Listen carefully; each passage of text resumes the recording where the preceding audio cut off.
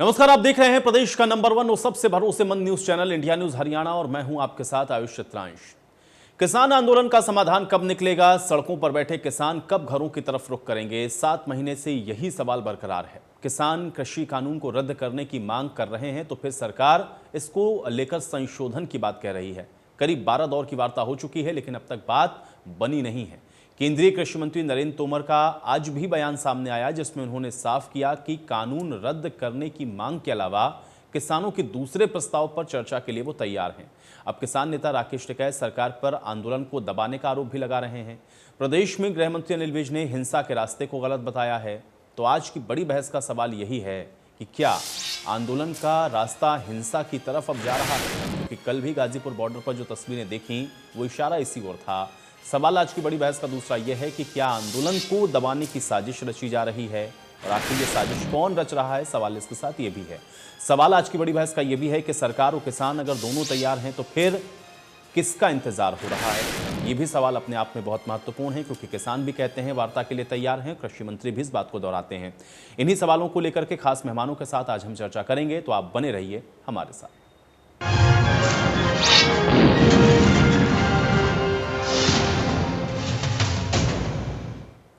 तो बड़ी बहस में सबसे पहले हम आपको केंद्रीय कृषि मंत्री नरेंद्र तोमर का एक बयान सुनवाते हैं। कृषि मंत्री का कहना है कि ज्यादातर किसान कानूनों के समर्थन में हैं और उन्होंने क्या कुछ कहा, सुनिए। कृषि सुधार बिल किसानों के जीवन स्तर में क्रांतिकारी परिवर्तन लाने वाले हैं। इन कृषि सुधार कानूनों को लाने से पहले 20 साल तक देश के अनेक कृषि विद्वानों ने एक्सरसाइज किए। राज्य सरकार और केंद्र सरकार ने अपने अपने समय में इस दिशा में प्रयत्न किए हैं। परिणाम स्वरूप मोदी जी के नेतृत्व में एक कृषि सुधार बिल आए हैं। देश के अधिकांश क्षेत्र, अधिकांश यूनियन और अधिकांश किसान इन बिलों के समर्थन में हैं। जिन लोगों को आपत्ति है उनसे सरकार ने कई दौर की वार्ता की है।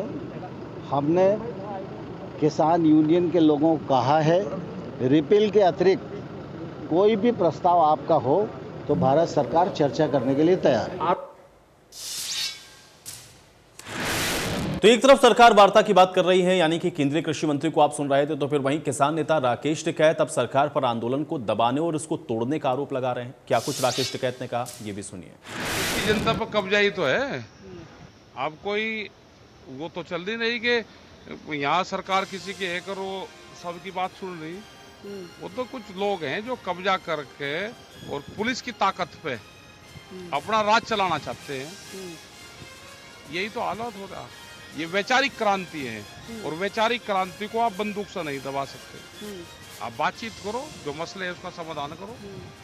मतलब जो आज हो रहा है प्रदेश और पूरे देश में, वो देश की जनता देख रही है।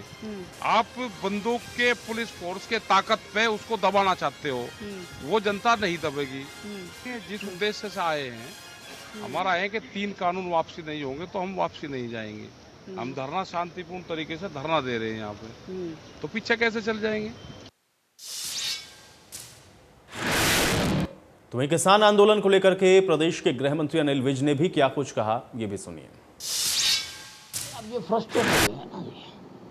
अब इनकी लीडरशिप पूरी तरह से फेल हो गई है। किसी भी आंदोलन को कामयाब करने की जिम्मेवारी उस आंदोलन के लीडरशिप पर होती है। तो अब ये अपनी जान बचाने के लिए इधर उधर जाके और मसलों में अपनी टांग अड़ा रहे हैं, लेकिन जिस मुद्दे के लिए ये इकट्ठे हुए थे उस मुद्दे में पूरी तरह फेल हो गए। गलत है। अब किसान जो हर रोज जो हिंसक होता जा रहा है, महात्मा गांधी के देश में हिंसक आंदोलन नहीं कर सकते। हिंसा का कोई काम नहीं है। अब ये हर जगह के ऊपर ये हिंसात्मक गतिविधियों में आते जा रहे हैं, ये ठीक नहीं। तो सभी की बातों को आप सुन रहे हैं, चाहे सत्ता पक्ष की बात हो चाहे किसान की बात हो, दोनों तरफ से जो वार पलटवार हैं वो लगातार हो रहे हैं, क्योंकि सरकार एक तरफ ये भी कह रही है कि वो बातचीत के लिए तैयार है, कानून वापसी के अलावा अन्य सभी मुद्दों को वो एड्रेस करने के लिए तैयार है। किसान नेता राकेश टिकैत को आप सुन रहे थे, आरोप उनकी तरफ से लगातार ये लगाया जा रहा है कि अब सरकार तानाशाही रवैया अपना रही है, सरकार किसानों की सुन नहीं रही है, आंदोलन को दबाने और तोड़ने की कोशिश कर रही है। और कुल मिलाकर के बड़ा सवाल आज भी यही बरकरार है कि आखिर 7 महीने बीतने के बाद भी इस किसान आंदोलन का जो हल है वो निकलता हुआ क्यों नहीं दिख रहा। और अगर दोनों ही तरफ से वार्ता के लिए जो तैयारियां हैं वो हो चुकी हैं, या फिर वार्ता के लिए दोनों ही पक्ष अगर तैयार हैं, तो इंतजार किस बात का है। और आंदोलन के बीच में जो हिंसा हो रही है इसके लिए कौन जिम्मेदार है, और क्या वाकई में आंदोलन को दबाने की साजिश रची जा रही है। कुछ ऐसे महत्वपूर्ण सवाल हैं जो कि आज 7 महीने के बाद लगातार बरकरार है।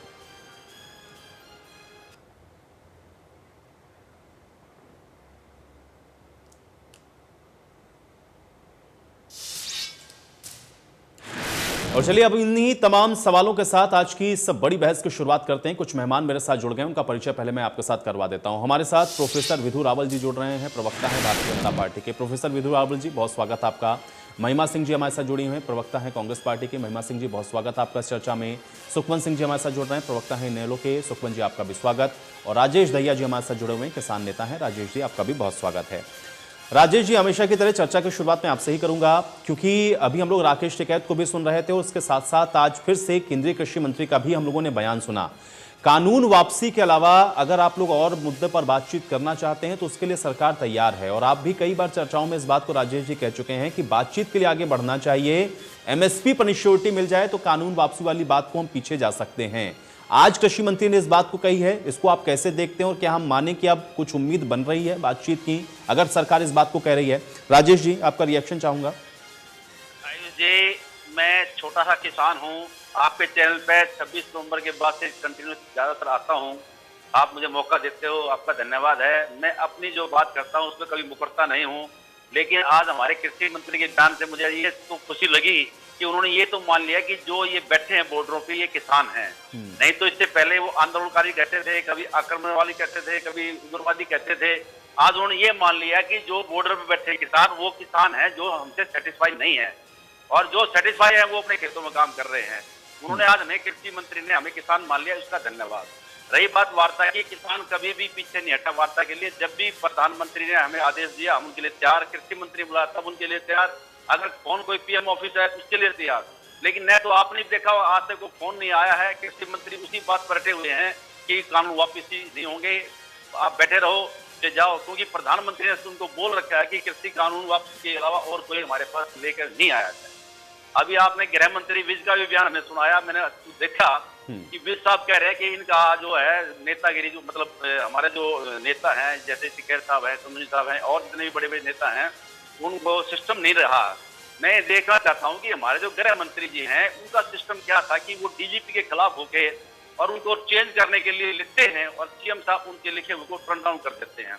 तो सिस्टम तो सरकार का खराब हो रहा है। किसान तो भोले भाले आदमी हैं जो बैठे हुए हैं अपनी डिमांड के लिए, और वो डिमांड पूरी करा कर यहाँ से जाएंगे। वो पहले दिन से एक ही बात कह रहे हैं कि जब तक किसान वापस नहीं जाएंगे जब तक ये कृषि कानून खत्म नहीं होंगे।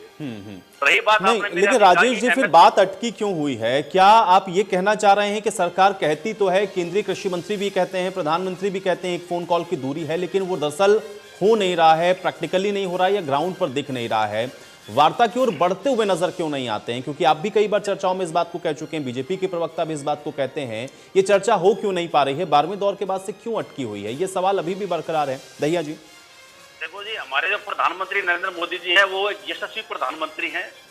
वो हर काम में नंबर 1 पे रहना चाहेंगे। आपने पिछले इतिहास में देखा होगा कि भगत सिंह जी के जो पिताजी थे उन्होंने जो कृषि कानून के खिलाफ आंदोलन किया तो अंग्रेजों ने 9 महीने बाद वो कानून वापस लिए थे। तो हमें उम्मीद है कि 9 महीने कम से कम पूरे करेंगे हमारे प्रधानमंत्री जी, उसके बाद कुछ विचार करेंगे। तो उससे पहले ले लिया तो इनका जो नंबर 1 का जो सपना है वो अधूरा रह जाएगा। रही बात, आपने एमएसपी पॉइंट उठाया था, एमएसपी सरकार कानून क्यों नहीं बनाती? ये तो बना सकती है, 3 कानून बना सकती है, तो एमएसपी कानून क्यों नहीं बनाती है? एमएसपी अगर कानून बनता है तो किसानों को ये उम्मीद हो जाएगी कि ये सरकार हमारे साथ छल कपट नहीं करेगी, उसके बाद हम वार्ता के लिए आगे बढ़ सकते हैं। लेकिन ये तो हमारी एक भी बात नहीं मानते। एमएसपी गारंटी का क्या मतलब होता है? सरकार अगर संविधान से चलती है तो संविधान में कानून बनता है, कानून की व्याख्या होती है, कानून के ऊपर कंट्रोल होता है कोर्ट का। इन कानून में कोर्ट का कंट्रोल तो है ही नहीं। रही आप जैसे आपने देखा होगा सुप्रीम कोर्ट ने अभी अपनी टिप्पणी की थी कि सरकार जो है वो जितने भी कोरोना के पेशेंट जो मरे हैं, शहीद हुए, जो कोरोना में जिनकी जाने गई है, उनको मुआवजा दे। सरकार कहती है हमारे बस की बात ही नहीं है। सरकार तो अपना पल्ला झाड़ खड़ी हो जाती है कि हमारे पास कुछ नहीं, जो कुछ करना है आप लोगों ने करना है। एक एग्जाम्पल था हमारे यहाँ की जो ये होते हैं ना भेड़ बकरियां होती हैं, उसको एक भेड़िया को बढ़ा दिया कि जैसे हमारे बैठे हुए सरकारी कि जो आएगा खा के चला जाएगा। अगर कोई आदमी मर रहा है कोरोना से तो वो अपने आप जान बचाए।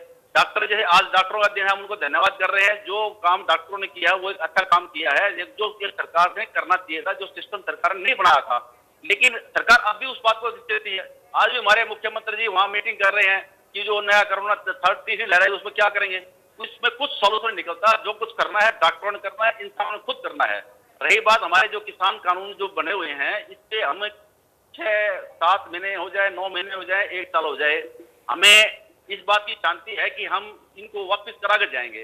ये हम पे कितना दबाव डाले। आपने देखा होगा कि पहले इनके जो नेता थे वो हम पे हमारे खिलाफ बयान देते थे, फिर इनके जो वर्कर थे उन्होंने हमारे जैसे यहाँ कुंडली बॉर्डर पे हमारे खाने में रेत डालने की कोशिश की। अब एक और नया लिखा है कि यहाँ पे रास्ता दे दो। अरे हमने रास्ता कहाँ रोका हुआ है? रास्ता तो दिल्ली पुलिस ने रोका हुआ है, बॉर्डर सील उन्होंने किए हुए हैं, भले किसानों पर दे रहे हैं। किसान तो चुपचाप बैठा हुआ है और एक संयम से बैठा हुआ है। कितने किसान बैठे हुए हैं, कभी कुछ होता है छोटी मोटी वारदात वो भी उनके आदमी करते हैं, चाहे वो सत्ता पक्ष हो चाहे विपक्ष हो। कल बहादुरगढ़ में श्रीराम गोलियां चलिए मर्डर हो गए हैं, उधर गोडवान साइड में चले हैं। चलिए कुल मिलाकर के दहिया जी देखिए आपने कई बातें एक एक करके सिलसिलेवार ढंग से रखी हैं और प्रोफेसर विधु रावल जी हमारे साथ जुड़े हुए हैं। प्रोफेसर विधु रावल जी तमाम बातों का जवाब आपको देना मुझे पता है, आप बार बार जवाब देना भी चाह रहे हैं, लेकिन मेरा सवाल उसके साथ में यह है क्योंकि मुझे पहले ये बताइए कि जब बार बार कृषि मंत्री इस बात को कहते हैं, प्रधानमंत्री भी खुद इस बात को कह चुके हैं, तो आज भी ये सवाल बरकरार क्यों है और मुझे यह सवाल आपसे क्यों पूछना पड़ रहा है कि आखिर वार्ता रुकी क्यों हुई है, क्यों नहीं हो रही है? जब आप कह रहे हैं कि हम वार्ता के लिए तैयार हैं, दिक्कत कहां पर है? इससे शुरुआत करें फिर उनके बाद जवाब दें राजेश जी का। दिक्कत है हठधर्मिता पर। जिन लोगों ने 26 जनवरी पर लाल किले में जिस प्रकार का तांडव मचाया, जिस प्रकार का उपद्रव किया, लोकतंत्र को, गणतंत्र को, राष्ट्रीय ध्वज को शर्मसार किया, उसके बाद भी देश के प्रधानमंत्री जी ने कहा कि मैं आपसे एक फोन कॉल दूर हूं। देश के कृषि मंत्री जी ने अभी कुछ दिनों पहले भी कहा, आज फिर दोहराया कि मुझे आप आधी रात को बुलाएं तो मैं उसके लिए भी तैयार हूं। लेकिन दूसरी तरफ से हठधर्मिता है, दूसरी तरफ से टकराव की बात है, समाधान की बात नहीं आ रही है। देश के कृषि मंत्री जी के साथ 12-12 दौर की आपने ही बताया वार्ता हुई है। वार्ताओं में लगातार इन लोगों का मेज की तरफ, मेज से पीठ लगाकर बैठना और पूछना यस और नो, इस प्रकार से वार्ताएं चलनी। दूसरी बात, देश के प्रधानमंत्री, देश के कृषि मंत्री, भाजपा की केंद्र की सरकार, भाजपा की प्रदेश की सरकार किसानों को समृद्ध करने के लिए प्रतिबद्ध है। हम कटिबद्ध हैं, हम संकल्पित हैं कि किसान की आय को हर प्रकार से बढ़ाने का प्रयास करेंगे। ये 30 साल से जो कमेटियां एक के बाद एक रिपोर्ट दे रही थी, उनको आधार बनाकर कृषि कानून बनाए। प्रगतिशील किसान इसका लाभ उठाएंगे। ये किसान संगठनों की वर्षों पुरानी मांग है। जिन राकेश टिकैत का आपने नाम लिया, इनके खुद के पिताजी ने अपने जीवन भर इन कानूनों के लिए संघर्ष किया है और खुद राकेश टिकैत ने इन कानून बनने के तुरंत बाद जो बधाई दी थी और ये कहा था कि मेरे मृत पिता के सपने का पूरा हुआ। लेकिन उसके बाद केवल राजनीतिवश अपनी बात से पलट जाना। राकेश दहिया जी ने अभी कहा कि वो अपनी जबान के पक्के हैं। उम्मीद करूंगा कि वो जबान के पक्के हैं तो उस बात को ध्यान करेंगे कि कितने वर्षों तक किसान ने ये जो संगठित लूट मंडी के अंदर हुआ करती थी, जहां किसान के पास कोई विकल्प ही नहीं था, उस विकल्प को खोजते खोजते जो आंदोलन हुए और इन कानूनों में विकल्प दिया गया, ये ऐच्छिक कानून है, पूरी तरीके से ऐच्छिक हैं। इनको हटाने के लिए हठधर्मिता करने का क्या मतलब है? नहीं, लेकिन देखिए राजेश जी ने कई बार कहा, प्रोफेसर विधु रावल जी, और वो तो ये आज भी इस बात को कह रहे हैं और उन्होंने इसी बात को हवाला देते हुए उन्होंने कहा था कि वो अपने जबान के पक्के हैं। एमएसपी पर कानूनी गारंटी आप दे दीजिए। बहुत सारी ऐसी स्थितियां हैं कि नॉर्मल की तरफ बढ़ती हुई चली जाएंगी। हो सकता है कानून वापसी वाला बात भी जो है पीछे हो जाए। एमएसपी पे कानूनी गारंटी क्यों नहीं दे सकते? एमएसपी पर गारंटी हिंदुस्तान के कानून में निहित है। राइट टू फूड एक्ट 2007 को पढ़ें, फूड सिक्योरिटी एक्ट 2013 को पढ़ें। उन दोनों कानूनों के अंदर स्पष्ट रूप से एमएसपी की गारंटी इस प्रकार से दी गई है कि किसानों की फसल को केंद्र सरकार खरीदेगी सार्वजनिक वितरण प्रणाली के लिए। अभी अभी हमने देखा कि कोरोना काल में और उससे पहले भी 80 करोड़ लोगों को केंद्र सरकार ने पीडीएस के थ्रू, सार्वजनिक वितरण प्रणाली के थ्रू उनको राशन दिया। वो राशन कहां से आ रहा है? वो किसान की फसल को खरीद के आ रहा है, और वो फसल किस रेट पर खरीदी जाएगी वो भी वहां पर इंगित किया हुआ है कि एमएसपी पर खरीद के इन देश के 135 में से 80 करोड़ लोग जो हैं, 80 करोड़ लोगों का जो पेट भरा जाएगा वो किसान की फसल। तो इसके अतिरिक्त भी बात अगर कहीं करना चाहते हैं तो अपना प्रपोजल लेकर आए। वो कहते हैं कि वो बिलों को काला, पीला, नीला, हरा, गुलाबी बताने से, केवल चर्चा से भागने से, तार्किक चर्चा ना करने से और जनप्रतिनिधियों के रास्ते रोकने से, उन पर हमला करने से, उनके साथ गुंडागर्दी करने से और हर प्रकार से ये इनके प्रकरण उनकी ठीक है प्रोफेसर विदुर रावल जी, दो बातें आपने कही। एक तो मुझे मेरा वाक्य पूरा करने दिया जाए। एक तो आपने ये कहा कि एक तो तार्किक बातें होनी चाहिए, दूसरा आपने ये कहा कि ये प्रपोजल लेकर के आए। दो बातें कही ना आपने, मेरा वाक्य ठीक है, पूरा करने, बहुत जल्दी से कंप्लीट करें। मैं ये कहना चाहता हूं, इसके पीछे मंशा क्या है कि जनप्रतिनिधियों की आवाज जनता तक ना पहुंचे, एक पूरे पक्ष की आवाज को दबाया जाए। और हम सब जानते हैं कि एक संगठित लूट चल रही थी, एक संगठित लूट जिसके तहत किसानों को लूटा जा रहा था। 30 वर्षों में 4.5 लाख किसानों ने आत्महत्या की है। उन सारी चीजों से, उन सारे के समाधान के हेतु ये कानून आए हैं, किसान को विकल्प देने के कानून आए। जिनको नहीं पसंद वो ना इस्तेमाल करें। पिछली व्यवस्था में कोई बदलाव नहीं किया, लेकिन जो लोग इस व्यवस्था का लाभ उठाना चाहते हैं उनके दुश्मन क्यों बन गए हैं कुछ लोग। ठीक है, चलिए महिमा जी, मैं आपके पास आऊंगा। मैं चाह रहा हूं कि रिएक्ट करें प्रोफेसर विदुर रावल जी ने जो बात कही। बिल्कुल आयुष जी, मैं कुछ कहने जा रही थी, लेकिन उससे पहले अभी जो बात भाजपा के प्रतिनिधि ने एक बड़ी चिंताजनक बात कही है कि पिछले 30 वर्षों में 4.5 लाख किसानों ने आत्महत्या की थी। बिल्कुल ठीक बात है, कम से कम ये आंकड़ा तो मौजूद है आपके पास। हमारे पास तो पिछले 8 वर्षों का कोई आंकड़ा भी मौजूद नहीं है। हम इस सरकार से आग्रह करते हैं पूरी जनता के बिहाफ पर कि आप आंकड़ा जारी करें कि पिछले 8 साल में कितने किसानों ने आत्महत्या की है। उसका कोई आंकड़ा कहीं रिकॉर्ड पर आप बीच में ना बोलें। भाजपा के प्रतिनिधि से हमारा विनम्र अनुरोध है, बीच पे ना बोलें। देखिए आप सुनिए विदुर रावल जी, देखिए आपको बैठ के धैर्यपूर्वक सुना, महिमा जी ने भी सुना, सुखमन जी ने भी सुना। 8 लाख करोड़ की एमएसपी। ठीक है प्रोफेसर विदुर रावल जी, आपको मैं मौका दूंगा, आप अपनी बात रखिएगा। आपने बिल्कुल अपनी बात रखी, सबने धैर्यपूर्वक सुना। अब आप सुने महिमा जी। हम आप लोगों से अनुरोध ये है सभी चैनल्स खास तौर से सिर्फ भाजपा के प्रवक्ताओं को ही बुला लिया करें, क्योंकि बोलने तो ये किसी को देते नहीं है। अपने जुमलों से, अपने झूठ से सच को यूं ही ढांपने की कोशिश करते रहते हैं। अपने अवसर में तो बोलते ही हैं, दूसरों के अवसर में भी बोलना चाहते हैं। धैर्यपूर्वक सुनिएगा जरा। तो आज कोई आंकड़ा नहीं है किसी वेबसाइट पर, कहीं किसी पब्लिक रिकॉर्ड में कोई आंकड़ा नहीं है। हम बार बार पिछले 1 वर्ष से जब से लगभग ये फिर बोल रहे हैं, अनुशासनहीनता का जीता जागता प्रमाण है, तानाशाही का जीता जागता प्रमाण है। प्रोफेसर विदुर रावल जी, मैं अभी दोबारा आपके पास जब आऊंगा, जब मैं आपको दोबारा समय दूंगा, आप इनके झूठ का पर्दाफाश कर दीजिएगा। लेकिन अभी तो बोलने दीजिए ना उनको, थोड़ा सा धैर्य रख लेंगे तो ऐसा नहीं कि कोई गलत मैसेज चला जाए। इसी डिबेट में मैं आपको समय दूंगा, आप बताइएगा कि ये झूठ बोल रही, बताइएगा आपके पास डाटा है, आपके पास आंकड़ा है।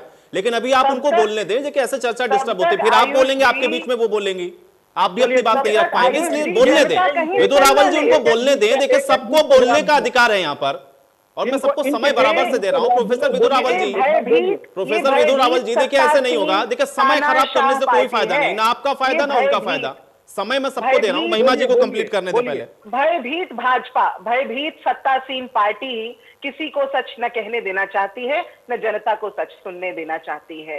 इस प्रकार से तानाशाही करते हैं। ये सिर्फ हमें चुप नहीं करा रहे, ये सिर्फ किसानों के ऊपर तानाशाही नहीं चला रहे, ये सिर्फ पूरे तंत्र को किसानों के खिलाफ इस्तेमाल नहीं कर रहे। इन्होंने अभी जब अपने अफसरों के ऊपर भी अविश्वास जताया है कि अफसर जो हैं वो रात बेरात बिना इन्फॉर्म किए, बिना संदेश के गए रहते हैं। अरे भाई, ऐसे अफसर हैं तो मेमो जारी कीजिए आप उनके खिलाफ। आज किसानों से इतने भयभीत हैं कि आने वाले शनिवार को किसान पता नहीं क्या कर देंगे और पता नहीं कौन सा बवाल खड़ा हो जाएगा कि आज मुख्यमंत्री जी ने चेता दिया सारे तंत्र को कि कोई जो अधिकारी है, कोई डीसी जो है वो बिना पूछे रात बेरात अपने क्षेत्र से बाहर नहीं जाएगा। जबकि वो तो पहले ही गाइडलाइन है, ये पता है लोगों को कि स्टेशन लीव लेना होता है। लेकिन इस तरह की बात लिख करके और इस तरह की बात अखबारों में आ रही है क्या आप अपने अधिकारियों की का अपमान नहीं कर रहे हैं पब्लिक के अंदर? क्या आप ये नहीं दिखा रहे हैं? अभी हमारे किसान भाई ने तो पहले बोला ही कि पुलिस के दम पे, डंडे के दम पे, शोलों के ये इस तरह का जो हिंसा है उसके दम पे आप अपनी बात मनवाना चाहते हैं। बार बार हम एक ही बात सुनते हैं कि कोई समझ नहीं रहा है, आप हमें काला दिखा दे क्या है। अरे आप ये देख लीजिए। नहीं बिल्कुल महिमा जी, देखिए थोड़ा सा आगे बढ़ते हुए दो बातें उन्होंने जो बड़ी महत्वपूर्ण कही थी, मैं एक चीज पे चाहूंगा कि आप इस पर रिएक्ट करें। तो वो ये कह रहे हैं कि एमएसपी पर इंश्योरिटी की बात जो किसान कर रहा है वो ऑलरेडी हमारे पास मौजूद है, थोड़ा इसको आप देखिए कैसे। और दूसरा मुझे ये बताइए कि जब ये भी कह रहे हैं बातचीत के लिए तैयार हैं, किसान भी कह रहे हैं, तो आपको क्या लग रहा है दिक्कत कहां पर आ रही है? क्योंकि ये सिर्फ ये कह देना कि आंदोलन में राजनीति है, बातचीत नहीं हो पा रही है, 12 दौर के बाद आखिर ऐसा क्या हुआ? बहुत जल्दी से महिमा जी। मैं बिल्कुल एक वाक्य के अंदर अपनी बात को संक्षिप्त में पूरा करूंगी कि किसान एक जगह एकत्रित होके बैठे हुए हैं। आप तो अपने दरवाजे उनके लिए बंद करके बैठे हुए हैं, सत्ता में बैठे हुए नशे में चूर, लेकिन वो तो दरवाजे का बंद करके नहीं बैठे, वो वहां पर बिल्कुल खुले में बैठे हुए हैं, इकट्ठे होकर बैठे हुए हैं। सत्ता के पास, सरकार के पास तो बहुत अच्छा अवसर है, उनके बीच में जाएं, वहीं उनके बीच में जाकर उनको समझा दें। ये जो बातें यहाँ पटल पर बैठ करके बोल रहे हैं वो वहां जाकर समझा दें, लेकिन वो तो उनके लिए कीलों की दीवारें खड़ी कर रहे हैं, बार्ब्ड वायर्स का वहां पर बॉर्डर बनाया हुआ है। मुझे दिल्ली और हरियाणा के बीच में बहुत ज्यादा ट्रांजिट करना पड़ता है और मैं इस बात की गवाह हूं कि किसानों ने कोई रास्ता नहीं रोका हुआ, रास्ता रोका हुआ है सत्ता के कहने पर पुलिस ने। ये बात जो एमएसपी की कह रहे हैं, जितने भी बिंदु कह रहे हैं, वो किसानों को वहां बैठे किसानों को समझा दें। यहाँ पटल पे बैठे हैं किसान, हम सब खामोश रहेंगे, आप यहाँ समझा दें किसान भाई को। हमें तो यही कहना है आयुष जी, और यही बात पिछले 8 महीने से कहते आए हैं, यही कहते रहेंगे। सुखवन जी, क्या वजह है? एक तो बातचीत नहीं हो पा रही है और 7 महीने के बाद भी किसान अभी भी आंदोलन पर डटे हुए हैं। आयुष भाई नमस्कार और सब साथियों को नमस्कार। देखो, भाजपा के सम्मानित साथी प्रोफेसर विदु रावल जी ने एक बात बहुत ऑब्जेक्शनेबल कही है और इंडियन नेशनल लोकदल को उसके ऊपर सख्त ऐतराज है। उन्होंने ये कहा कि पिछले 30 साल से किसानों की लूट मंडियों में हुई, यानी कि उन्होंने मंडियों को लूट का केंद्र और आड़तियों को लुटेरा बता दिया। हमें इस बात पे सख्त ऐतराज है।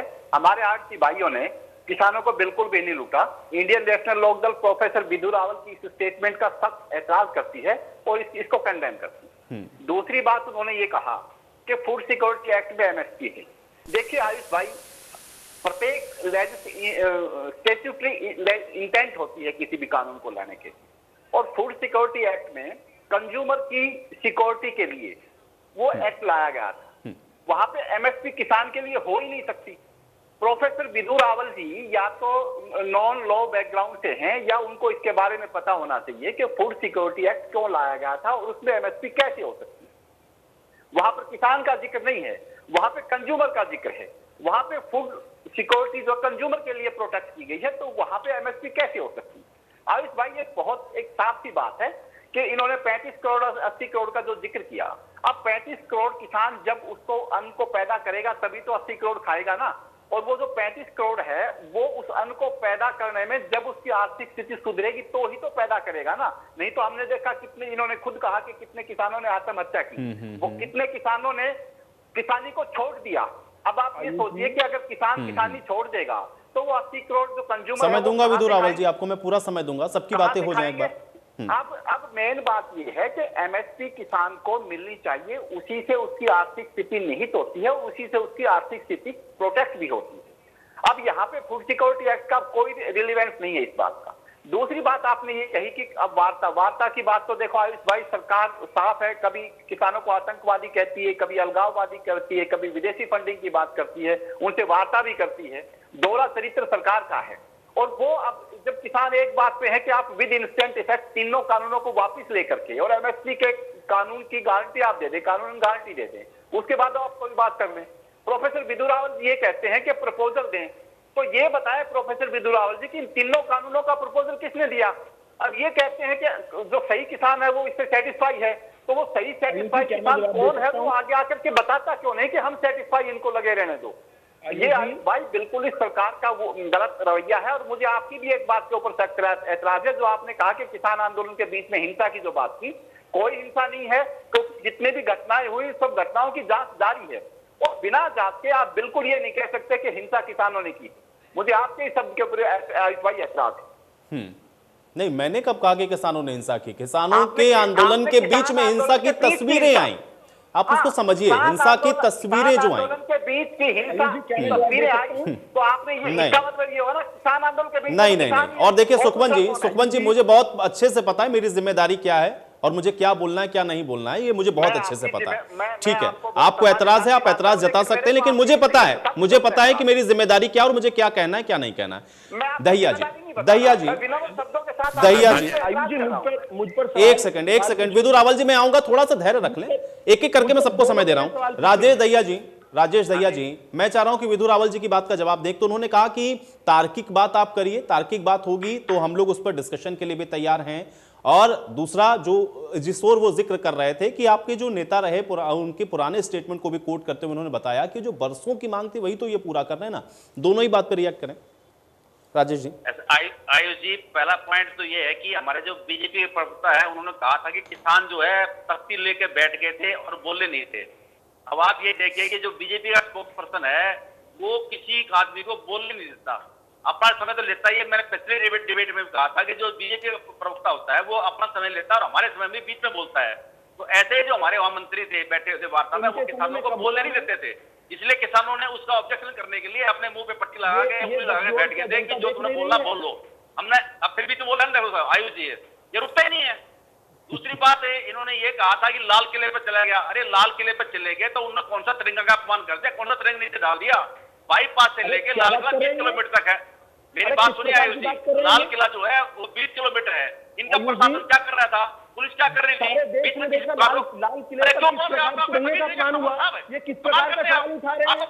प्रोफेसर विदु रावल जी बोल लेने दें, प्रोफेसर विदु रावल जी बोलने दें। पब्लिक डोमेन के अंदर जो चीजें बोली जाती है प्रोफेसर विदु रावल जी, जो बात आप कह रहे हैं उतनी ही जनता तक वो भी पहुंच रही, उतनी ही जनता तक राजेश दहिया जी की भी बात पहुंच रही है। दोनों को जनता के ऊपर थोड़ा सा छोड़ दें और दूध का दूध पानी का पानी सब हो जाएगा। बोलने दे राजेश दहिया जी को। जी बताया था उस पार्टी को भूल गया, तीसरे रात घाट पर जाकर उत्पाद बताया था। कमाल करते हैं, किसान के पीछे पड़े हुए हैं, अपने बीच में बोलते हैं आप। आपने ये कहा कि एमएसपी कानून है, आपके प्रवक्ता ने खुद कहा था कि कांग्रेस 6 फसल एमएसपी देती थी, हमने उसको 23 कर दिया, और कोई भी पार्टी एमएसपी कानून नहीं बढ़ा सकती। ये आपके स्पोक्स पर्सन ने कहा हुआ है इसी चैनल के ऊपर बैठ के। आप अपडेट नहीं है, इसका मतलब आप साहब पहले तैयार हो गया। ये किसानों के बारे में जान गया, किसान क्या करते हैं, कैसे फसल बोई जाती है, क्या कैसे चीजें पड़ती हैं, डीजल 100 पे पहुंच चुका है, आपने उसको एमएसपी कानून बढ़ाने की दिक्कत हो देती है और फिर यहाँ बैठ के बीच में क्रिटिसाइज करते हैं। कमाल करते हैं, आप रिस्पेक्ट करते हैं, भूल जाते हैं उस बात को। आप किसान के बारे में कुछ जानते हो तो हमसे तर्क कीजिए। और रही बात कृषि मंत्री की, कृषि मंत्री आज तक कभी कुछ नहीं बोल पाते हैं। जो वो जाएंगे कमरे से उठ के जाएंगे, कभी अमित शाह जी से बात करेंगे, कभी प्रधानमंत्री के पास। अरे प्रधानमंत्री से बात नहीं करते। मैंने आपके चैनल में पहले भी एक बार कहा था कि अगर किसी स्टूडेंट को शिकायत होगी तो किसका कंप्लेंट करेगा? टीचर को करेगा, और टीचर उसकी शिकायत लेकर जाएगा प्रिंसिपल के पास। अगर प्रिंसिपल की हिम्मत चेयरमैन के पास जाने की नहीं होगी तो काम होगा नहीं। और यही हाल हमारे यहाँ है। हमारे कृषि मंत्री की हिम्मत नहीं है कि वो अमित शाह क्रॉस करके प्रधानमंत्री के पास चले जाएं। और जब तक प्रधानमंत्री इस मामले इंटरफेयर नहीं करेंगे, हमारे कानून पे कोई डिसीजन नहीं निकल पाएगा। और आपको अभी बता देते हैं, किसान शांति से बैठे हुए हैं। अभी ये आंदोलन है, ये अगर क्रांति बन जाएगी तो आपसे काबू में नहीं आएगी। और किसान तब तक घरों में वापसी नहीं करेगा जब तक कानून वापसी नहीं हो जाएंगे। ये हमने पहले दिन से कह चुके हैं और आखिर तक तो कहते रहेंगे। या तो घर वापस जाएंगे कानून वापस करके, या शहीद होकर जाएंगे यहाँ से। ये प्रोफेसर साहब अपने मन में बैठा लीजिए और इस बात को दोबारा इसी तरह खत्म कर दीजिए। तब तक कानून वापस करेंगे हम वार्ता के। चलिए, आप प्रोफेसर विदु रावल जी जवाब दें। जी, मैं सबसे पहले राजेश जी की बात का जवाब दूंगा, उसके बाद इंडियन नेशनल लोकदल के सम्मानित प्रवक्ता जी ने जो सवाल उठाए उनका, और फिर महिमा जी की बात का जवाब दूंगा। ये क्या कह रहे हैं, मन में बिठा लें, ये मन में अच्छी तरह से बिठा लें। ये चंद लोग जो वहां राजनीतिक आंदोलन चला रहे हैं, इनका राजनीतिक आंदोलन किसान के हितों के आड़े नहीं आने देंगे। हम लोग प्रतिबद्ध हैं किसान को उसकी दयनीय स्थिति से बाहर निकालने के लिए। वो दयनीय स्थिति जो आजादी के बाद दशकों तक किसान ने झेली है। हम सब जानते हैं कि किसान की क्या स्थिति थी। किसान की स्थिति सुधारने के लिए 2001 में जो समिति बनी उसने रिपोर्ट दी थी कि किसान को विकल्प मिलना चाहिए। किसान के ऊपर क्यों बंदिश है कि उसकी अपनी उपज का प्रत्येक दाना जो है मंडी में देना पड़ता है, उसके पास अपना भाव लगाने का क्यों अधिकार नहीं है। यही एमएस स्वामीनाथन जी ने 2006 में जो रिपोर्ट सौंपी उसमें थी। यही बात हुड्डा कमेटी ने 2010 में जो रिपोर्ट सौंपी उसमें भी यही बात थी। लेकिन ये किस प्रकार की बात कर रहे हैं, कौन सा अध्ययन करके आए हैं ये लोग, समझ नहीं आता। ठीक है, मैं जानता हूं इनका किस प्रकार का इतिहास रहा है। मैं खूब अच्छे से जानता हूं किस प्रकार मिल मालिकों से 5-5 हजार में बिककर इन्होंने कितनी बार किसान को बेचा है। क्या इन लोगों का इतिहास सारा प्रदेश जानता है, सारे गांव के लोग जानते हैं, किसान जानते हैं। इन लोगों से क्या ये इन लोगों से सर्टिफिकेट लेंगे? ये लोग संगठित लूट के समर्थक हैं। प्रत्येक आड़ती की बात क्यों करते हैं ये लोग? आड़ती तो किसान के साथ खड़ा हुआ है, आड़ती तो समय समय पर किसान, लेकिन कुछ लोग जो इस व्यवस्था के अंदर जो किसान को नुकसान पहुंचा रहे हैं, उस नुकसान से किसान क्यों नहीं दूर जाना चाहिए? जिनको आड़तियों के साथ अच्छा लग रही है व्यवस्था, आड़तियों के साथ मंडियों के अंदर बदस्तूर चलेगी वो व्यवस्था, बल्कि और अच्छे से चलेगी और उसको सुनियोजित किया गया है। 16,000 करोड़ तो अभी अभी किसानों के खातों में आड़ती वाली व्यवस्था के साथ ही तो आया है। ये तो लगेगी 500 करोड़ तो मंडियों की नवीनीकरण के लिए अभी अभी दिया गया है। कैसी बात करते हैं ये? उससे पहले इंडियन नेशनल लोकदल के प्रवक्ता सुखवंत जी ने कहा था कि फूड सिक्योरिटी एक्ट में किसान का कहां जिक्र है। भाई साहब, ये फूड सिक्योरिटी एक्ट है, इसको पढ़ लीजिए। इसको आप अगर नहीं पढ़ सकते, मैं पढ़कर सुना देता हूं दर्शकों के लिए। अगर मुझे संक्षेप में डालने के लिए कहें तो मैं बताऊं कि फूड सिक्योरिटी एक्ट में साफ तौर पर यह लिखा हुआ है। मेरे इस डिबेट के बाद जरूर पढ़ना चाहिए सुखवंत जी को, क्योंकि बार बार डिबेट पर आते हैं, बार बार यही सवाल पूछेंगे, लोग हंसेंगे उनकी बात पर। इसमें साफ तौर पर यह लिखा है, ठीक है, कि इसका इंटेंट जो है, इसका इंटेंट उन्होंने बिल्कुल ठीक कहा कि उपभोक्ताओं के लिए, लेकिन उन उपभोक्ताओं को किस प्रकार से दी जाएगी, वो सार्वजनिक वितरण प्रणाली में अनाज कहां से आएगा, वो किसकी फसल खरीदी जाएगी, इसमें साफ लिखा है। पढ़िए तो सही, पढ़कर आइए तो सही, और यहाँ पर बात करने से क्या फायदा। दूसरा, उन्हें अपना इतिहास याद करना चाहिए। जनवरी 2004 में किस प्रकार से गरोंडा के अंदर लाठीचार्ज किया था, कितने किसान भाई उसमें उनको चोटिल हुए थे। दिसंबर 2001 में सरस्वती शुगर मिल यमुनानगर में कड़कती ठंड के अंदर किस प्रकार से उन पर यमुनानगर के अंदर जो है पानी की बौछारें की गई थी, ठंडे पानी की, गंदे पानी की। क्या बात करते हैं? इनसे अगर हमें किसान के साथ किस प्रकार से व्यवहार करना सीखना पड़ेगा, तो फिर जो लाखों और करोड़ों किसानों ने भारतीय जनता पार्टी पर विश्वास जताकर उसको वोट देकर उनकी सरकार बनाई और ये चाहा कि किसान की समृद्धि होगी, और किसान की समृद्धि प्रतिबद्धता दिखाते हुए वो जो काम ये तो प्रोफेसर विदु रावल जी, मुझे ये समझा दें, जो कि मैं हर डिबेट में ये समझना चाहता हूं, मुझे ये समझाएं कि ये जो बैठे हुए हैं, एक तरफ तो आप ये कह रहे हैं कि यहाँ पे राजनीति कर रहे हैं, दूसरी तरफ आपके केंद्रीय मंत्री ये कहते हैं कि हम बातचीत के लिए, भाई ये अगर वापस ना लेने वाली बात से अगर ये पीछे हट जाए तो बातचीत के लिए तैयार हैं। मेरा सवाल भी सुनिए ना साथ में। देखिए, मैं आपके जवाब से एक सवाल भी जोड़ूंगा। नहीं, मुझे ये बताएं कि अगर आप पहले मुझे तय करके बताएं कि ये लोग राजनीति करने के लिए बैठे हुए हैं कि जो बैठे हैं वो किसान हैं। मुझे एक बार महिमा जी का जवाब दे देने दीजिए। नहीं, महिमा जी का जवाब आप दीजिएगा, लेकिन मेरे सवाल का भी साथ में जवाब दीजिए। ये पहले तय करिए ना कि ये किसान हैं, ये किसान हैं कि नहीं है। उसका जवाब नहीं देना चाहिए मुझे। जब मैं उस समय टोक रहा था, आप मुझे रोक रहे थे। किसान है कि नहीं? नहीं, मैं आपको बोलने से मना नहीं कर रहा हूँ, महिमा जी की बात का जवाब दीजिएगा, लेकिन देखिए ऐसे नहीं, मुझे ये बता दें कि ये किसान है कि नहीं है, ये किसान है कि नहीं है जो बैठे हुए हैं, या राजनीति कर रहे हैं तो किसके साथ बात करनी है फिर? आयुष जी, आपके सवाल का जवाब दूंगा, उससे पहले महिमा जी के सवाल का जवाब दे देने दीजिए। आपके दर्शकों को पूरा अधिकार है कि सभी के सवालों का जवाब देना चाहिए, कोई अनुत्तरित सवाल नहीं रहना चाहिए। महिमा जी ने बड़ी अच्छी अच्छी बातें कही। महिमा जी ने कहा जुमलेबाज, कांग्रेस से बड़ा जुमलेबाज कौन होगा, जो 2012 से लगातार अपने घोषणा पत्रों में इन कानूनों का जिक्र करती आई है, लेकिन दलालों के दबाव में, इस दबाव में, जो संगठित लूट करता है उनके दबाव में हिम्मत नहीं कर पाई कि देश के किसानों को समृद्ध करने का कानून लाए। राहुल गांधी चिट्ठी लिखते रहे अपने मुख्यमंत्रियों को कि किसानों की पेरिशेबल जो फसलें हैं उनको आजाद कर दीजिए, किसानों की नॉन पेरिशेबल फसलों को आजाद कर दीजिए। हिम्मत नहीं कर पाए क्योंकि कांग्रेस का पूरा अधिकार दलालों पर रहा है आज तक देश के अंदर। ये किस प्रकार से बेशर्मी से हंस रही है, क्या सारा देश नहीं देख रहा किस प्रकार ये इनके हाथ झूठ के साथ और संभालिएगा, किसानों की आत्महत्या के जिम्मेदार जो लोग हैं आज नेशनल टेलीविजन पर हंसकर बेशर्मी का किस प्रकार से मुजाहरा कर रहे हैं। संभालिएगा, अपने शब्द संभालिएगा, शब्द संभाल कर बात कीजिएगा आप। और किस प्रकार से दो बातों को जोड़ रही हैं, ये कह रही है कि कोई पुराना आदेश जो है वीसीज को दिया हुआ, उसको किस प्रकार से किसान के साथ जोड़ रही हैं। ये किसान आंदोलन से उस विषय का क्या लेना देना है। फिर ये कहते हैं राष्ट्रीय, खबर है। एक बार महिमा जी मुझे बोलने दीजिए, आपने अपना पूरा समय लिया था, उस समय भाषणबाजी भी बहुत की थी, मैं तो आपके सवालों का जवाब दे रहा हूं। सुनिए, आखिरी बात इन्होंने कही थी कि रास्ते ये देखती आई कि किसान ने रास्ते नहीं रोके, बिल्कुल ठीक कहती हैं, किसान ने रास्ते नहीं रोके हुए, आंदोलन जीवियों ने रास्ते रोके हुए हैं और किसान उसके विरुद्ध जो है संघर्ष की स्थिति में है। सरकार नहीं चाहती कि किसी प्रकार का संघर्ष हो, किसी प्रकार का संघर्ष हो। इसीलिए विदु रावल जी मैंने जोड़ा था उसमें सवाल कि मुझे ये बता दें, मुझे अब ये बता दें, नहीं ठीक है, देखिए अब इतना बहुत समय हो रहा है, देखिए ठीक है, मुझे और लोग को भी मुझे ये बताएं कि ये किसान है कि नहीं है, पहले ये तो तय कर लीजिए ना कि जो बैठे वो किसान है या आंदोलन जीवी है या कौन है वो, और अगर आप नहीं तय कर पा रहे हैं तो किसके साथ बात करने वाले हैं? मैं बताता हूं ना जी, योगेंद्र यादव को किसान कौन मानता है? मैं तो नहीं मानता। देश की जनता अगर किसान मानती हो योगेंद्र यादव को, वो जेएनयू के बाहर खड़े होने वाले को, वो सीएए के जो विदु रावल जी आप उनको मत मानिए, लेकिन जिनके साथ आप बातचीत करते थे उनके साथ तो करिए ना भाई बातचीत।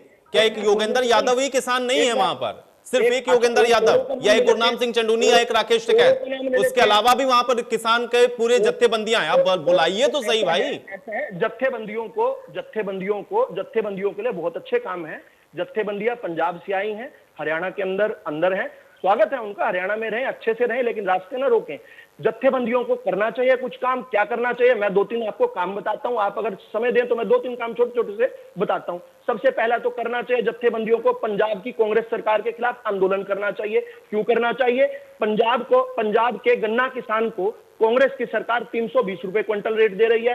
हरियाणा में देश भर में सबसे अधिक 350 रुपए है प्रति 1 एकड़ में। अगर 400 क्विंटल की एवरेज लगाएं तो हर किसान को 12,000 रुपए प्रति एकड़ का नुकसान उठ रहा है। क्यों नहीं ये आंदोलन कर रहे हैं? वहां जाकर नहीं करेंगे। पंजाब की सरकार एक भी फसल, मैं दोबारा से कह रहा हूं, एक भी फसल एमएसपी पर नहीं खरीद रही है। ये एमएसपी हिंदुस्तान के लिए तो चिल्ला रहे हैं, ये एमएसपी पूरे हिंदुस्तान के लिए अच्छी बात है, चिल्लाना चाहिए। हरियाणा के अंदर तो ये उद्दंड कर रहे हैं, लेकिन पंजाब के अंदर क्यों नहीं जाते? हरियाणा की सरकार 23 फसलों को एमएसपी पर ले रही है, हिंदुस्तान में सबसे ज्यादा। भावांतर योजना जो है, जिसके तहत, चलिए ठीक है विदु जी, देखिए भावांतर भरपाई योजना, आप लोगों की स्कीम योजनाएं, ये मैं नवंबर से सुन रहा हूं, मुझे कंठस्थ हो गई, मुझे याद हो गई, आपसे बढ़िया मैं बोल सकता हूं। ठीक है महिमा जी, नहीं देखिए आपने सबके बाद सवालों का जवाब दे दिया, लेकिन आप उस सवाल का जवाब नहीं दे पाए कि ये आंदोलन जीवी के किसान, जमीन पर किसी महिमा जी ठीक है, महिमा जी 12,000 रुपए प्रति एकड़ मिलता है। ठीक है, चलिए ये नहीं कर रहे हैं, ये आंदोलन नहीं कर रहे हैं, आप वार्ता नहीं कर रहे हैं। 7 महीने से स्थितियां बनी हैं और पता नहीं अभी कितने दिन तक बनी रहेंगी। इन डिबेट्स के बाद मैं हमेशा यही बात कहता हूं कि कितने दिन बनी रहेंगी स्थितियां, ये अभी भी कोई स्पष्ट नहीं कर सकता है, क्योंकि आप भी कहते हैं वार्ता के लिए तैयार, वो भी वार्ता के लिए तैयार, फिर वो आंदोलन जीवी हो जाते हैं, वो खालिस्तानी हो जाते हैं, वो पाकिस्तानी हो जाते हैं, न जाने क्या क्या हो जाते हैं। ये कंफ्यूजन की स्थिति जब तक खत्म नहीं होगी ना प्रोफेसर विदु रावल जी, हल नहीं निकलना है, ये आप भी जानते हैं। चलिए ठीक है महिमा जी ठीक है। विदु रावल जी देखिए, अब आपको मैंने पूरा समय दे दिया, आपको मैंने पूरा समय दे दिया। अब महिमा जी लेकिन अभी सवाल तो पूरे उत्तर तो हुए नहीं तो आप सवाल, आपको क्रिस्प थोड़ा जवाब देना चाहिए ना, आप केवल जवाब ही देते रह जाएंगे क्या? नहीं अब नहीं। महिमा जी आपने जवाब दे दिया, ठीक है, आपको जितना जवाब आ रहा था आपने दे दिया। महिमा जी नहीं, और जवाब है मेरे पास, और जवाब ठीक है, अब मेरे पास समय होगा तो मैं आपको और समय दूंगा। महिमा जी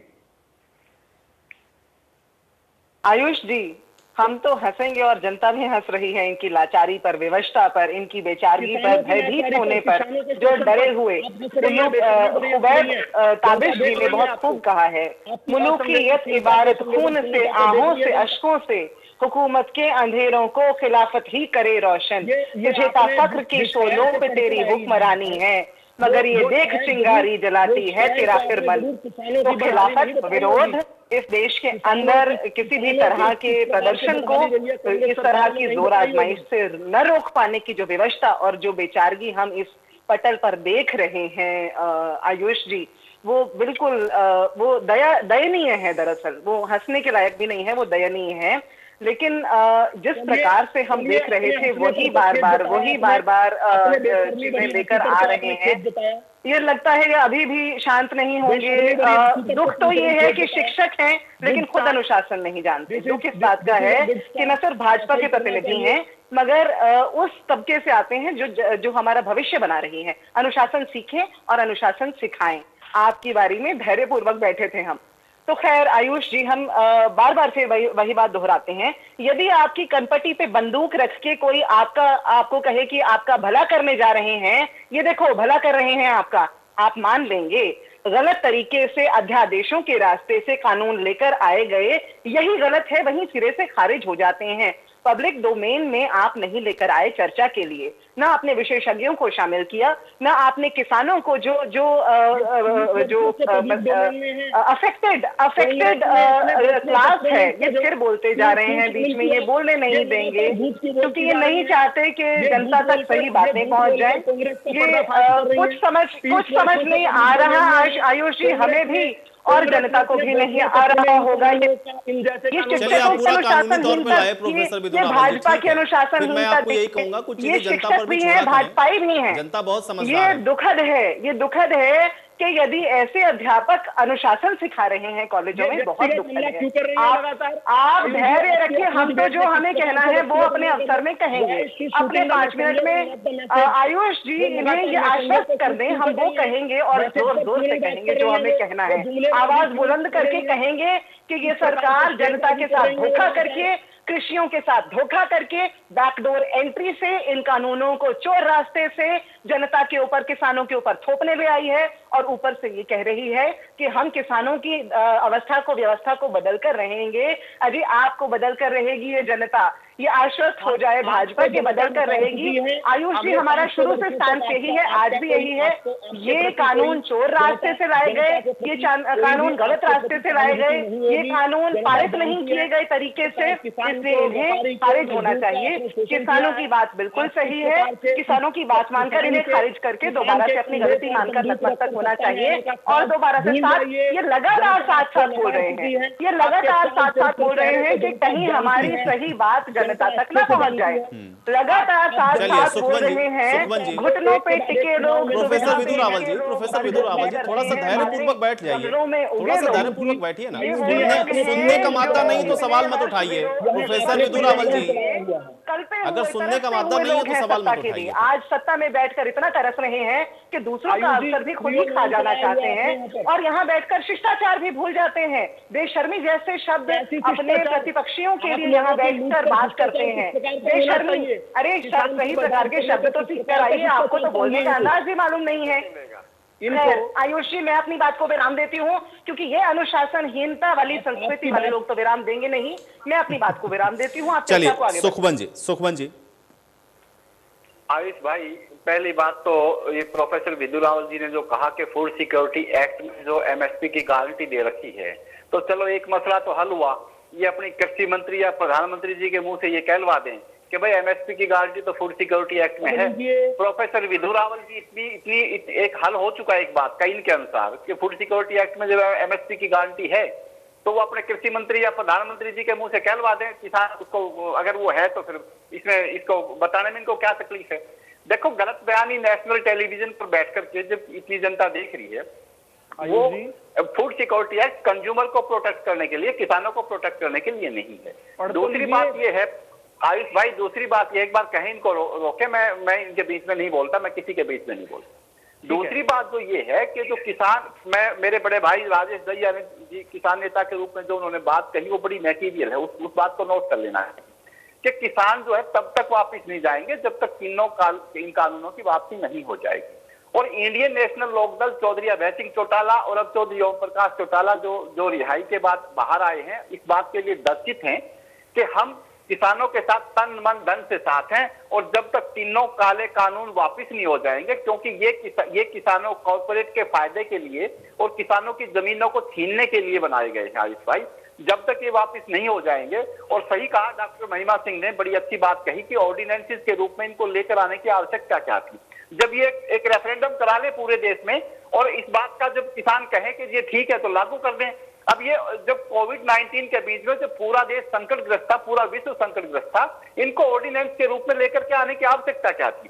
जहां तक मैं लॉ का स्टूडेंट होने के विद्यार्थी होने के नाते समझता हूं, ऑर्डिनेंसेस आयुष भाई उस स्थिति में लाए जाते हैं जब बेहद संकट की स्थिति हो, बेहद इमरजेंसी की बात हो। मेरे को कोई ये बताए कि इन तीनों कानूनों को लाने के लिए किस चीज की इमरजेंसी थी जो कोविड के बीच में लाई गई और बाद में इनको पास कराया गया। ये इनकी बात के ऊपर डाउट क्रिएट करता है। प्रोफेसर विदु रावल ये भी बताएं कि अदानी ने किस प्रकार से पहले गोदाम बना लिए और कानून बाद में आए हैं। ये क्यों कॉर्पोरेट के हाथों में किसान की गर्दन दे करके और इस देश और प्रदेश के किसानों की गर्दन को तोड़ना चाहते हैं, उनकी जमीनों को छीनना चाहते हैं। प्रोफेसर विदु रावल जी तो है ना, जो आपने जो सवाल पूछे उनका जवाब ना दे करके इधर उधर भागते हैं और बेवजह के आरोप लगाते हैं। अभी दूसरी, अभी एक मैं 10 सेकंड और लूंगा राहुल साहब, फिर आप ले देना। दूसरी बात ये है, लोकेश टिकैत जी ने जो कहा अपनी स्टेटमेंट में कि ये आंदोलन एक वैचारिक क्रांति के रूप में तब्दील हो रहा है इस भाई, और पूरे देश में ये क्रांति के रूप में तब्दील होगा। जहां तक अनिल विज जी ने कहा कि ये देश जो है वो महात्मा गांधी जी का है, हम उनसे एग्री करते हैं, लेकिन क्या स्टेट को जो सरकार है उसको हिंसा करने का अधिकार है? इस प्रकार से पंजाब के किसानों ने जब शांतिपूर्ण तरीके से दिल्ली की तरफ अपने कदम बढ़ाए तो इन लोगों ने जिस प्रकार से हिंसा की, स्टेट स्पॉन्सर्ड हिंसा की, ये बात इनके ऊपर एक होम मिनिस्टर जब किसानों को कहता है अहिंसा रहने के लिए, तो उसको अपनी फोर्सेस को और अपनी सरकार को भी अहिंसात्मक रूप से रहना चाहिए। क्यों? एक बात बताओ, इस देश की राजधानी में आने का अधिकार नहीं क्या किसानों को? क्यों? किस प्रकार से हमने देखा कि बगैर वर्दी के पुलिस ने किस प्रकार से पीपली में किसानों के ऊपर लाठीचार्ज किया, बुजुर्ग किसानों के सर फोड़े, उनकी टांगे तोड़ी, और इन्होंने ठंडे मौसम में जब टेम्परेचर 0 डिग्री से भी नीचे था किस प्रकार से ठंडे पानी की बौछारी की। क्या यह हिंसा नहीं है? प्रोफेसर विदु रावल जी और अनिल विज जी अगर सुनते हो तो ये दोनों चीजें कानून सब पे लागू होता है, क्योंकि मुख्यमंत्री। चलिए ठीक है, लेकिन वो विदु रावल जी तो कह रहे थे आपको तो ये कहने का अधिकार ही नहीं, चूंकि आप तो खुद ही पानी की बौछारें कर चुके हैं, लाठियां चार्ज कर चुके हैं, इसलिए आपको तो ये अधिकार नहीं बनता कहने का कम से कम। ठीक है विदु रावल जी, जल्दी से जवाब दें। आयुष जी, इन्होंने पूछा इमरजेंसी क्या थी, किसान की बदहाली और उसके बाद कांग्रेस की वर्षों तक एक के बाद एक रिपोर्ट पर धूल जमते देना, उस पर बैठे रहना, उसके ऊपर कुछ एक्शन ना लेना, और एक्शन इसलिए नहीं लेना क्योंकि कांग्रेस को दलालों का हमेशा से साथ रहा है, सारा देश ये जानता है, इसलिए कांग्रेस को सत्ता से बाहर बेदखल किया हुआ। इसलिए इमरजेंसी ये थी कि किसान एक सुखवंत जी, अब तो उम्मीद आपसे सेम कट थी, आप मुझे सेम कट से एक्सटेंड करें ऐसी उम्मीद तो करूंगा, आपने मुझे कहा था जी। तो इनकी पहला जो सवाल था कि इमरजेंसी क्या थी, इमरजेंसी थी, इमरजेंट सिचुएशन थी, अर्जेंट सिचुएशन थी, बहुत इमरजेंट सिचुएशन थी। दूसरा इन्होंने कहा कि अडानी के किसी गोदाम की इन्होंने बात की। मैं इनको इनकी जानकारी में देना चाहता हूं कि 2004 से अडानी समूह जो है इस काम में, इस भंडारण के काम में लगा हुआ, और पिछले भाजपा सरकार के आने से पहले ही ये अडानी समूह जो है ये भंडारण के काम में देश की लीडिंग ग्रुप बन चुका था। दूसरी बात, मैं आपसे ये जानना चाहता हूं सुखवंत जी, मेरे बात खत्म होने के बाद इसका जरूर जवाब देना कि इन कृषि कानूनों से पहले ये कृषि कानून एक सुखवंत जी को, महिमा सिंह जी को तो शायद अधिकार देते हैं कि भंडारण कर दें, लेकिन इन कृषि कानूनों से पहले कौन सा ऐसा देश का कानून था जो किसी लाइसेंसधारी अडानी को, टाटा को, रिलायंस को या डीएलएफ को या कोई भी लाइसेंसधारी कंपनी को रोकता था भंडारण से? आज तक ऐसा कौन सा कानून था? ऐसे गोदाम जो आपने अचानक से आपको दिखने लगे, क्या उससे पहले कोई गोदाम नहीं देखा आपने? क्या ये लोग भंडारण में नहीं थे?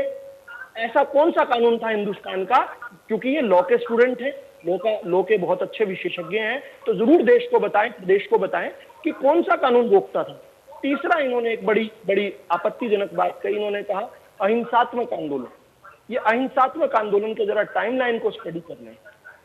26 जनवरी को जिन लोगों ने देश को शर्मसार किया, राष्ट्रीय ध्वज को शर्मसार किया और पुलिस के ऊपर ट्रैक्टर चढ़ाकर किसान के नाम पर किसान को बदनाम करते हुए किस प्रकार से तांडव रचा गया। ठीक है प्रोफेसर विदु रावल जी, इसीलिए मैंने शुरुआत में भी इस बात को कहा कि देखिए ये तो आप लोगों को तय करना होगा और ये टाइमलाइन भी आपको ही तय करनी होगी कि कौन इसमें आंदोलनजीवी है, कौन किसान है। थोड़ा फिल्टर कर लें और फिल्टर करके असली किसानों को बाहर कर लें, निकाल लें और उसके बाद उनको समझा दें कि उनके हित में या तो उनकी समस्या का समाधान करें। समय मेरे पास नहीं है, अब इस चर्चा को मैं यहीं समाप्त करूंगा। बहुत शुक्रिया आप लोगों का समय निकालने के लिए, चर्चा का हिस्सा बनने के लिए। एक बार फिर से 7 महीने के बाद वही सवाल बरकरार है कि आखिर इस किसान आंदोलन का हल निकलेगा कैसे। वार्ता के लिए दोनों पक्ष कहते हैं कि हम तैयार हैं, लेकिन वार्ता होती हुई नजर नहीं आ रही और ये वार्ता का दौर कैसे आगे बढ़ेगा, यह सवाल है। आज बड़ी बहस में मेरे साथ फिलहाल इतना ही।